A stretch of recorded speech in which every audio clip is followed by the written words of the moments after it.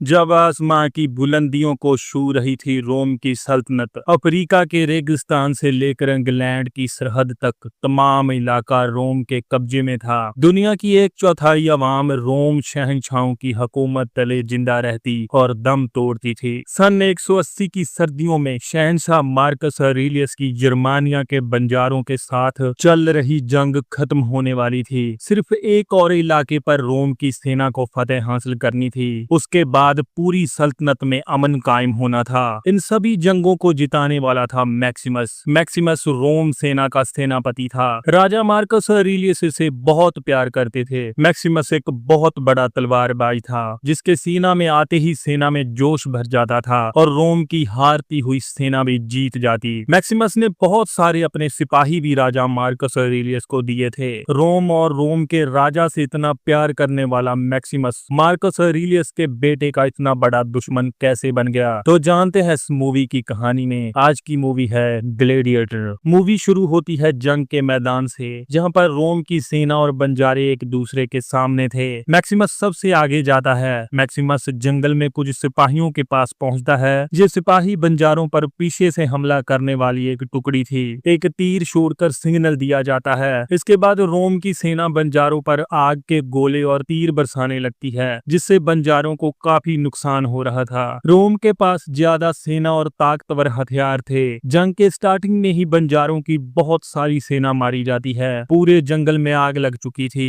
दोनों सेनाएं एक दूसरे पर टूट पड़ती हैं। इस जंग में हजारों सिपाही मारे जाते हैं। कईयों के हाथ बाजू कट चुके थे। बहुत सारे जमीन पर पड़े तड़प रहे थे। ये जंग बहुत भयानक रूप लेती है। सभी जंगों में से ये जंग सबसे बड़ी थी। इसमें मैक्सिमस भी बहुत बहादुरी से लड़ता है। कुछ ही घंटों में रोम की सेना बंजारों को पूरी तरह से खत्म करके ये जंग जीत जाती है। दूसरी ओर राजा मार्कस ऑरेलियस का बेटा कोमोडोस अपने ही फालतू कामों में लगा रहता था। कोमोडोस जीत के बाद वहां आता है। मार्कस ऑरेलियस उसे देखकर ज्यादा खुश नहीं होते, क्योंकि वो कभी भी जंग में नहीं आता था और सल्तनत को संभालने में बहुत लापरवाह था। रात को जीत का जश्न हो रहा था। मैक्सिमस वहां जाता है। राजा मार्कस ऑरेलियस की एक बेटी थी लूसिला। वो मैक्सिमस को पसंद करती थी। वही मैक्सिमस को कोमोडोस मिलता है। मैक्सिमस उसे बताता है कि अब वो हमेशा के लिए यहाँ से अपने परिवार के पास जा रहा है। कोमोडोस को अच्छा नहीं लगता। उसे पता था कि अपने पिता के बाद मैं ही वारिस हूँ और ऐसे सिपाही का जहाँ से जाना सही नहीं है। सुबह होते ही राजा मार्कस ऑरेलियस मैक्सिमस को अपने पास बुलाता है और उसे रोम का अगला राजा घोषित कर देता है। जब ये बात कोमोडोस को पता चलती है तो वो गुस्से में मार्कस ऑरेलियस का कत्ल कर देता है और मैक्सिमस को कहता है कि दिल का दौरा पड़ने से पिताजी की मौत हो गई है। मैक्सिमस को पता था कि कोमोडोस ने ही राजा को मारा है। वो गुस्से से वहां से चला जाता है। कोमोडोस की बहन को भी ये पता था कि ये कोमोडोस ने ही किया है। जब मैक्सिमस अपने घर जाने की तैयारी करता है तो कोमोडोस उसे सिपाहियों से पकड़वा कर उसे कत्ल करने का हुक्म देता है। सिपाही जंगल में जाकर जब उसका सर काटने लगते हैं तो वो सिपाहियों से छूट कर उन सभी को मारकर वहां से 2 घोड़े लेकर भाग जाता है। मैक्सिमस को पता था कि कोमोडोस मेरे परिवार को मारने के लिए सिपाही जरूर भेजेगा। वो कई दिन भूखा प्यासा लगातार चलता रहता है, लेकिन जब घर पहुंचता है तो सिपाहियों ने मैक्सिमस का घर जलाकर उसके बेटे और पत्नी की लाशों को दरवाजे पर टंगा हुआ था। उन्हें दफनाकर ये कई दिन उनकी कब्र के ऊपर बेहोश पड़ा रहता है।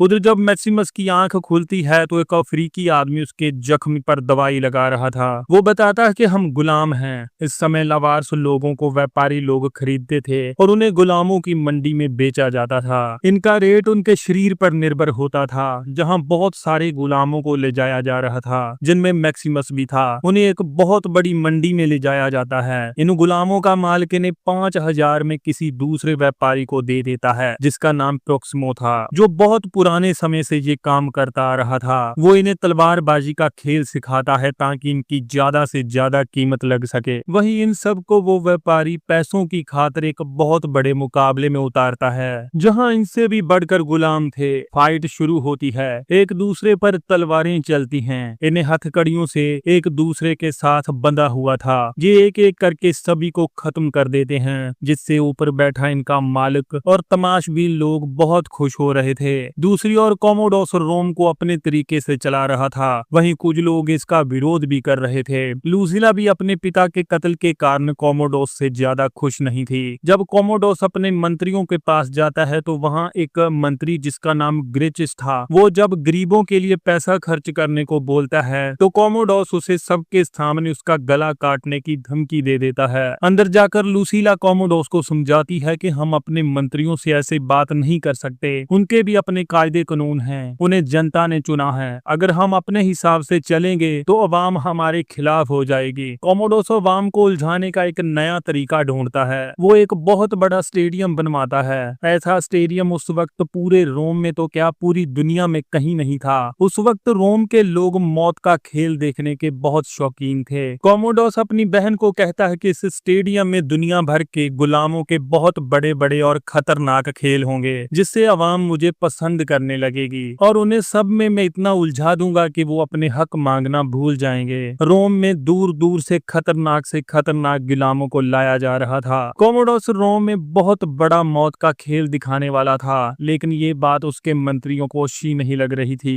दूसरी ओर वो व्यापारी मैक्सिमस को फिर अखाड़े में उतारता है, जहाँ अकेले मैक्सिमस को 6-7 लोगों से लड़ना था। मैक्सिमस एक अच्छा तलवारबाज था। वो इन सबको खत्म कर देता है और आखिर वाले का तो सर ही काट देता है और फिर चिल्लाता है बाहर खड़े तमाशबीन लोगों पर, जो पैसे देकर किसी की मौत का नजारा देखते थे। कई फाइट्स जीतने के बाद मैक्सिमस स्पेन यार्ड के नाम से मशहूर हो गया था। इसके बाद व्यापारी मैक्सिमस को अपने पास बुलाता है और बताता है कि मैं भी तुम्हारी तरह एक बहुत बड़ा तलवारबाज गुलाम था। फिर रोम के राजा मार्कस ऑरेलियस ने इस खून के खेल को बंद करवा दिया था और उन्होंने मुझे एक लकड़ी की तलवार देकर आजाद कर दिया था। ये मेरी आजादी की निशानी थी। लेकिन अब उनके बेटे कोमोडोस ने ये खेल फिर से शुरू करवा दिया है और हम रोम जाएंगे और उस शाही मैदान में तुम्हें लड़ना होगा। मैक्सिमस के मन में आस जाग गई थी, क्योंकि कोमोडोस के पास जाकर उसे मारने का ये एक अच्छा मौका था। व्यापारी सबको लेकर रोम जाता है। रोम पहुंचकर ये उस स्टेडियम को देखकर हैरान रह जाते हैं, क्योंकि ऐसी इमारत उन्होंने अपनी जिंदगी में कभी देखी नहीं थी। रात को लूसीला जाकर मंत्रियों से मिलकर उन्हें बताती है कि ये फालतू इमारत बनवाकर कोमोडोस ने बहुत सारा पैसा बर्बाद कर दिया है। उसने रोम के अनाज भंडार को बेचना चालू कर दिया है, जिससे 2 साल के अंदर अंदर अवाम भूखी मरने लगेगी। अगर ऐसा ही चलता रहा तो कोमोडोस अवाम को खुश करने के चक्कर में उन्हें भूखमरी से मार देगा। मेरे पिता मार्कस ऑरेलियस ने इसीलिए इसे राजा नहीं बनाया था, क्योंकि उन्हें राज को चलाने का बिल्कुल भी पता नहीं है। वो क्रूर, जिद्दी और अत्याचारी है। लूसीला का एक बेटा था लूसियस वेरुस। लूसीला कहती है कि अगर कोमोडोस गद्दी पर रहा तो वो रोम को बर्बाद कर देगा और मेरे बेटे जो इस गद्दी का अगला हकदार है उसके लिए कुछ नहीं बचेगा। हमें मिलकर कोमोडोस को रोकना होगा। और जाती हुई कहती है कि भली हमें उसे मारना ही क्यों न पड़े।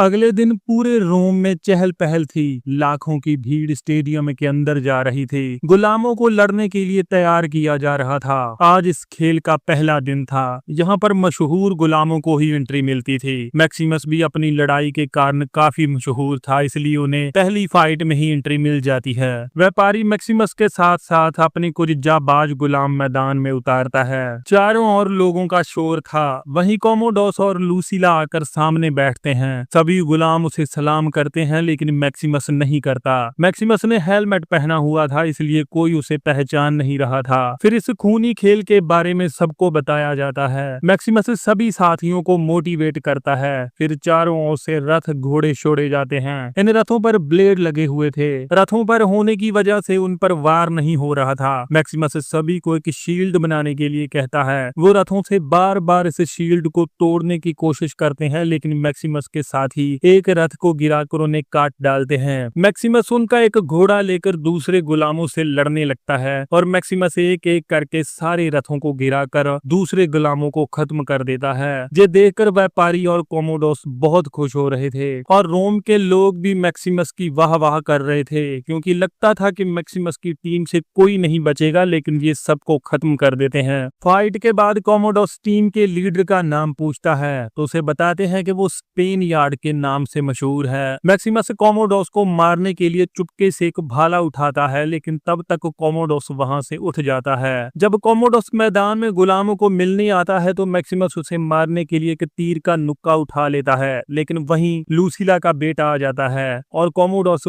फिर बच जाता है। कोमोडोस हेलमेट उतारने के लिए कहता है, लेकिन मैक्सिमस बिना कुछ कहे वहां से जाने लगता जाता है, जिससे कोमोडोस गुस्सा होकर उसे फिर हेलमेट उतारने को कहता है। मैक्सिमस हेलमेट उतार देता है। उसे देखकर सबके होश उड़ जाते हैं। कोमोडोस गुस्से में उसे मारने का ऑर्डर देने लगता है, लेकिन पूरे अखाड़े से लोग उसे छोड़ने के लिए कहते हैं। अब अवाम के सामने अगर कोमोडोस उसे मारता तो पूरी अवाम उसके खिलाफ हो जाती, जो वो कभी नहीं चाहता था। इसलिए ना चाहते हुए भी मैक्सिमस को छोड़ना पड़ता है। पहली ही फाइट में चारों ओर मैक्सिमस के नाम के नारे लग रहे थे और सारे गुलाम उसे सलाम कर रहे थे।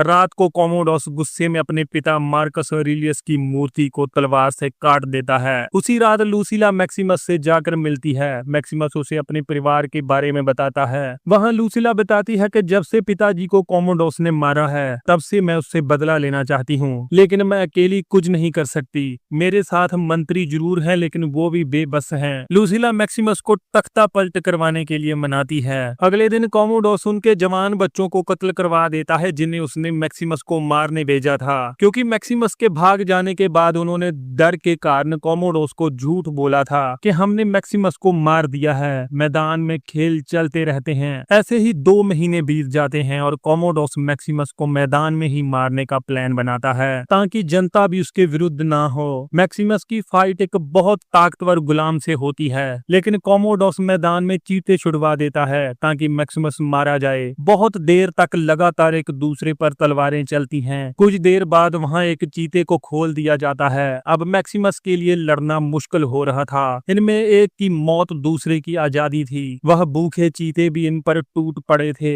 मैक्सिमस अपनी तलवार एक चीते के आर पार करके उसे मार देता है। बाकी 3 चीते अभी बंधे हुए थे, लेकिन उससे पहले ही मैक्सिमस फाइटर के पैर में कुल्हाड़ी मारकर उसे भी नीचे गिरा देता है। चारों ओर शोर मच रहा था, जिससे कोमोडोस बहुत शर्मिंदा हो रहा था। कोमोडोस उस फाइटर को मारने के लिए कहता है, लेकिन मैक्सिमस उसे छोड़ देता है, जिससे कोमोडोस और गुस्सा हो जाता है। सिपाही आकर मैक्सिमस को घेर लेते हैं और कोमोडोस फिर मैक्सिमस के पास आता है और सिपाहियों ने कैसे उसके परिवार को मारा ये सब बताकर वो मैक्सिमस को गुस्सा दिलाता है, ताकि वो उसे मारने की कोशिश करे और सिपाही उसे मार दें। इससे अवाम भी गुस्सा नहीं होगी और मैक्सिमस भी मारा जाएगा। लेकिन मैक्सिमस चुपचाप वहां से चला जाता है। जाते वक्त पूरी अवाम मैक्सिमस मैक्सिमस पुकार रही थी। मैक्सिमस को उसका एक दोस्त सिसेरो मिलता है, जिसने उसके साथ जंगें लड़ी थी। वो बताता है कि हमारे सिपाही ऑस्ट्रिया में हैं, आप जब कहें वो सिपाही आ जाएंगे। मैक्सिमस उसे लूसीला के पास भेजता है। मौका देखकर सिसेरो लूसीला को बताता है कि मैक्सिमस आपसे मिलना चाहता है। लूसीला अपने साथ एक ग्रेचिस नाम के मंत्री को लाती है। सभी मंत्रियों में से ये ही था जो कोमोडोस को गलत मानता था और भरोसे के लायक था। ये तीनों प्लान बनाते हैं। मैक्सिमस कहता है कि आप मुझे किसी तरह यहाँ से निकालो, मैं अपने 5000 सिपाहियों को लेकर यहाँ आ जाऊंगा और कोमोडोस को मारकर मैं रोम को आपके हवाले करके वापस चला जाऊंगा। ग्रेचिस मान जाता है और कहता है कि अगर ऐसा हो गया तो मैं तुम्हें उस व्यापारी से आजाद करवा दूंगा। मैक्सिमस जब ये सारी कहानी जाकर व्यापारी को बताता है तो वो नहीं मानता, लेकिन जाते हुए मैक्सिमस उसे बताता है कि जिस राजा मार्कस ऑरेलियस ने आपको गुलामी से जिंदगी दिलवाई थी उसे कोमोडोस ने ही मारा है। ये सुनकर व्यापारी मान जाता है। रात को लूसीला और व्यापारी आकर मैक्सिमस को जेल से निकाल देते हैं। उधर कोमोडोस को अपनी बहन पर शक होता है तो वो उसे उसके बेटे को मारने की धमकी देकर सब कुछ पूछ लेता है। जब मैक्सिमस वहां से जा रहा था तो कोमोडोस सिपाहियों को भेजकर गुलामों पर हमला करवा देता है। सिपाही और गुलामों के बीच बहुत भयंकर लड़ाई होती है, जिसमें मैक्सिमस के बहुत सारे साथी और वो व्यापारी भी मारा जाता है। मैक्सिमस वहां से भागकर जब अपने दोस्त की बताई हुई जगह पर पहुंचता है तो सिपाही इन दोनों को घेर लेते हैं। यहीं पर इसका दोस्त सिसेरो भी मारा जाता है और सिपाही मैक्सिमस को पकड़ लेते हैं। उसके बाद कोमोडोस अपनी बहन को कहता है कि अगर आगे से ऐसा करने की कोशिश की तो मैं तुम्हारे बेटे और तुम्हें मार दूंगा, जैसे मैंने अपने पिता को मारा था। दूसरी ओर चालें चल चल कर कोमोडोस मैक्सिमस से थक गया था। ना तो वो उसे मरवा सकता था क्योंकि अवाम को पता था कि वो जिंदा है। अगर कोमोडोस मैक्सिमस को मार देता है तो अवाम उसके विरुद्ध हो जाती, इसलिए ना चाहकर भी कोमोडोस उसे जिंदा रख रहा था। अगले दिन फाइट से पहले कोमोडोस मैक्सिमस के पास आता है और एक जहर की धार वाले चाकू से मैक्सिमस को जख्मी कर देता है, ताकि वो जहर के असर से मर जाए और लोगों को लगे कि वो फाइट में मारा गया है। अब की बार मैक्सिमस से लड़ने के लिए कोई गुलाम फाइटर नहीं, खुद कोमोडोस लड़ता है, ताकि मैक्सिमस को मारने के बाद अवाम उसे एक बलशाली राजा मानने लगे। फाइट शुरू होती है। मैक्सिमस जख्मी जख्म की वजह से लड़ नहीं पा रहा था, इसलिए कोमोडोस उस पर भारी पड़ रहा था। काफी देर बहुत गुस्से में तलवारें चलती रहती हैं। मैक्सिमस के शरीर से खून बहने लगा था। मैक्सिमस कोमोडोस की तलवार गिरा देता है। कोमोडोस अपने सेनापति से तलवार मांगता है, लेकिन फाइट के रूल्स के मुताबिक सेनापति तलवार नहीं देता। कोमोडोस चिल्लाने लगता है, लेकिन सेनापति सिपाहियों को भी मना कर देता है। मैक्सिमस भी अपनी तलवार फेंक देता है और हाथों से लड़ने लगता है, लेकिन कोमोडोस अपने बाजू से चाकू निकालकर मैक्सिमस को मारने लगता है। मैक्सिमस उसका चाकू पकड़कर उसी चाकू को धीरे धीरे कोमोडोस की गर्दन में खोप देता है, जिससे कोमोडोस वहीं मर जाता है। मैक्सिमस सेनापति से सारे कैदियों को रिहा करने के लिए कहता है और ग्रेचिस, जो एक सियासतदान था जिसने मैक्सिमस को निकालने में मदद की थी, उसे रोम का राजा घोषित कर देता है और कहता है कि इस रोम को इस तरह से सजाओ जैसे शहंशाह मार्कस ऑरेलियस के वक्त था। इतना कहकर मैक्सिमस वहीं गिर जाता है। सभी लोग उसकी तरफ भागते हैं और उसकी लाश को सम्मान के साथ उठाकर ले जाते हैं और यहीं पर ये मूवी खत्म हो जाती है। वीडियो अच्छी लगी तो वीडियो को लाइक शेयर जरूर करें और ऐसी और वीडियोज के लिए हमारे चैनल को सब्सक्राइब करें।